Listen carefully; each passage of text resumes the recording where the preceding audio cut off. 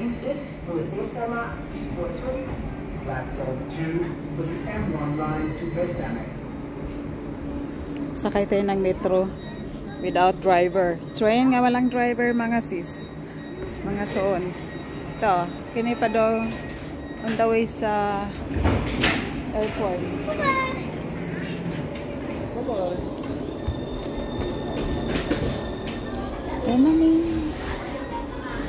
Walay driver. Oh. Kami ang driver.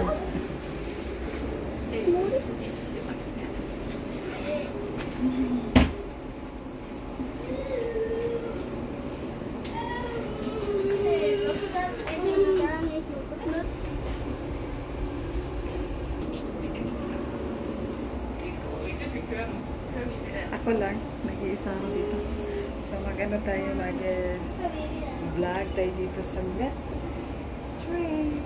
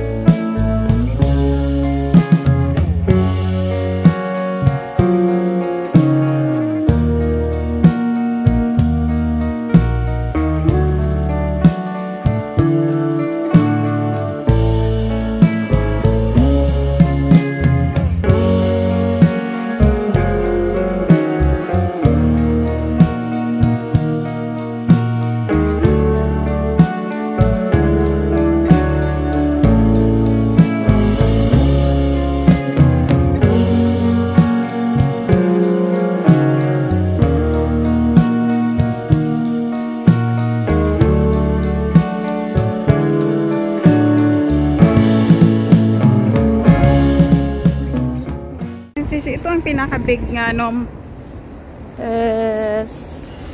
mall sa Denmark. Fields ang tawag.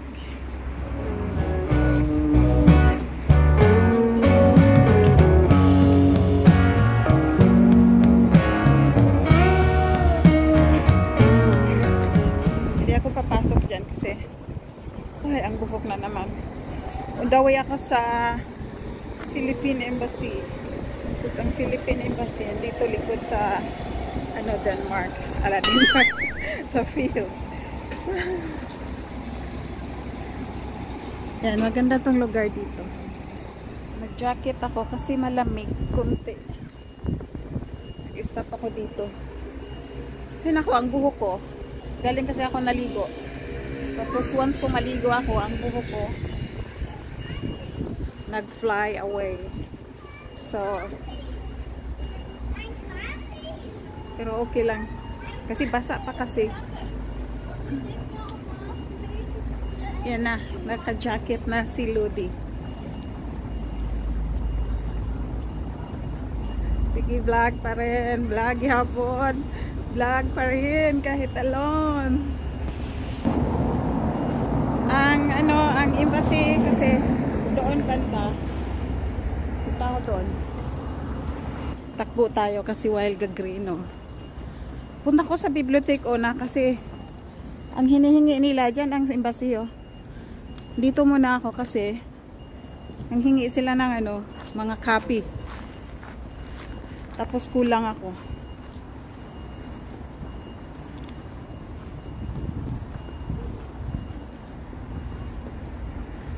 Kulang ang requirements. Yo, kompleto namang requirements. Kulang lang ako sa mga copies.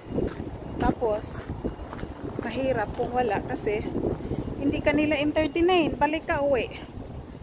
Tapos takes time pa naman mag-schedule.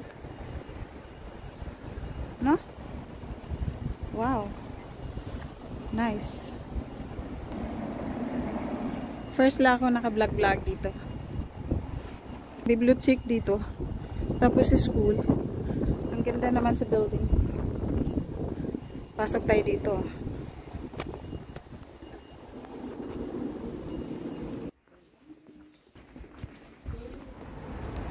Okay, tapos na mga suon ang nagpa-copy na ako sa passport ko. Ang mahal. Tag 4 krona sa isang copy sa color. Tapos 2 krona ang black and white. Kasi ang printer namin nasira. So hindi ako naka-print sa bahay. Yan. Kita ko niyo sa inyo ang Philippine Embassy dito. Lakad pa tayo konti. Itong side dito. Yung mga building na to. Sa likod lang sa malaking department store. Yan o. Fields.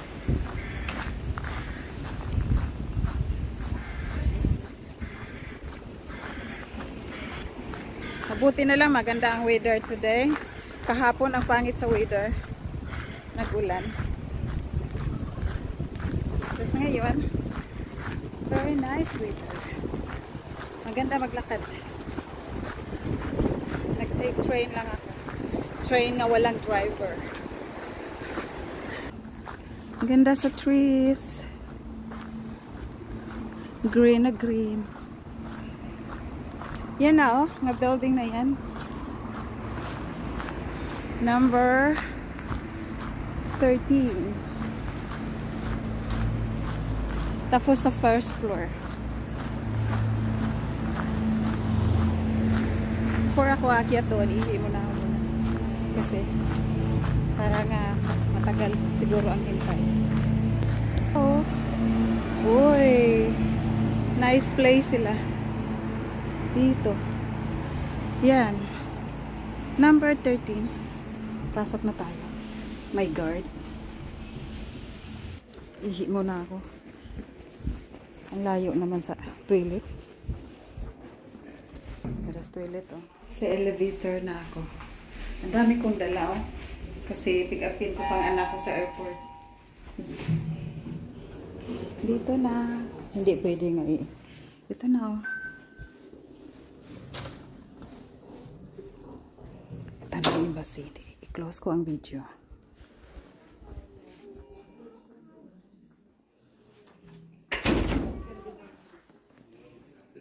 Parang nag-change na dito, di ba?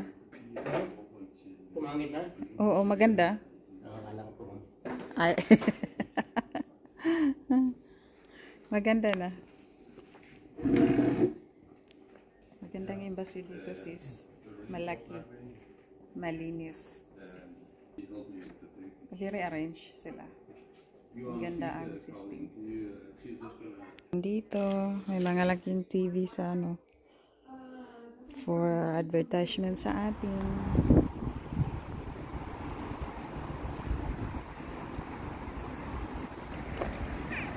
Tapos na ako sa embassy. On the way na ako sa airport. Pick upin ko yung anak ko.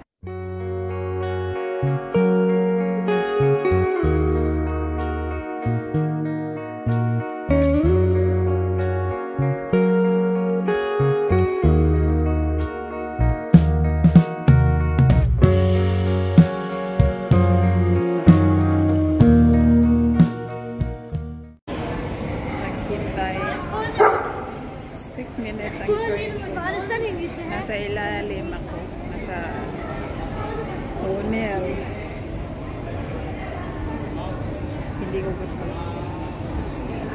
Daw ako mag-pick up ni Vanessa sa airport. So, mabilis kasi ito eh. Diretso-diretso lang. So, sa tunnel magdadaan siya. Ang daming tao. Daming mag-travel summer.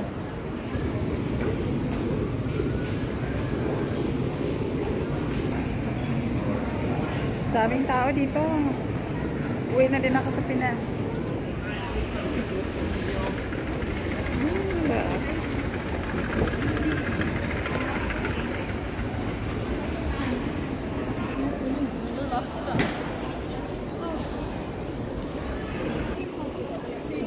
Sus, ang daming tao, Diyos ko. Ito mag-travel, basta summer, punong-puno ang airport. Dito ang arrival, oh. Dumating na silang Vanessa ngayon, 1:30.